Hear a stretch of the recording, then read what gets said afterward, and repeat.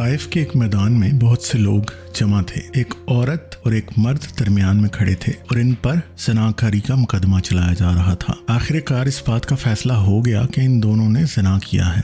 یہ دونوں شادی شدہ تھے اور عورت کا خاوند چاہتا تھا کہ ان دونوں کو رجم کر دیا جائے۔ رجم یعنی شادی شدہ زناکاروں کو پتھر مار مار کر موت کی سزا دینا۔ مگر وہیں لوگوں میں ایک بحث چھڑ چکی تھی۔ کچھ لوگ قاضی سے کہہ رہے تھے رجم یہودیوں کی سزا ہے اور اس کا قرآن میں کوئی ذکر نہیں، اور کچھ دوسرے لوگ کہہ رہے تھے کہ فلاں فلاں جگہ مسلمان یہ سزا دیتے ہیں اور یہ سزا اسلامی سزا ہے۔ کوئی کہہ رہا تھا کہ یہ سنت رسول ہے تو کوئی دوسرا کہہ رہا تھا کہ سخت دل اور ظالم لوگوں نے اسے رسول اللہ سے منسوب کر دیا ہے، کیونکہ اگر رجم واقعی اللہ کی منظور کردہ سزا ہوتی تو اس کا ذکر قرآن میں ضرور موجود ہوتا۔ اسی طرح ایک عالم اونچی آواز میں پڑھنے لگا، میں نے رسول اللہ کی حدیث یاد کی ہے کہ وہ وقت قیامت کے بہت قریب ہوگا جب لوگ رجم کرنے سے انکار کر دیں گے۔ وہ بستی جلد برباد کر دی جائے گی جس میں لوگ زناکاروں کو رجم نہیں کریں گے۔ مگر بہت سے لوگ قرآن کا حوالہ دے رہے تھے اور کہہ رہے تھے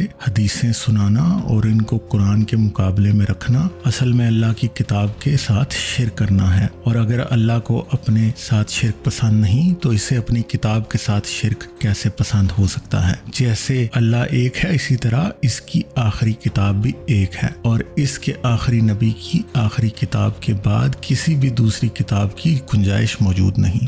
یہ سن 750 کی بات ہے جب بخاری، مسلم اور دوسری صحائف ستہ ابھی تک لکھی بھی نہیں گئی تھی۔ حدیث کے بغیر اس عورت اور مرد کے ساتھ کیا سلوک ہوا ہوگا، ذرا اس بارے میں سوچئے اور تصور کیجئے۔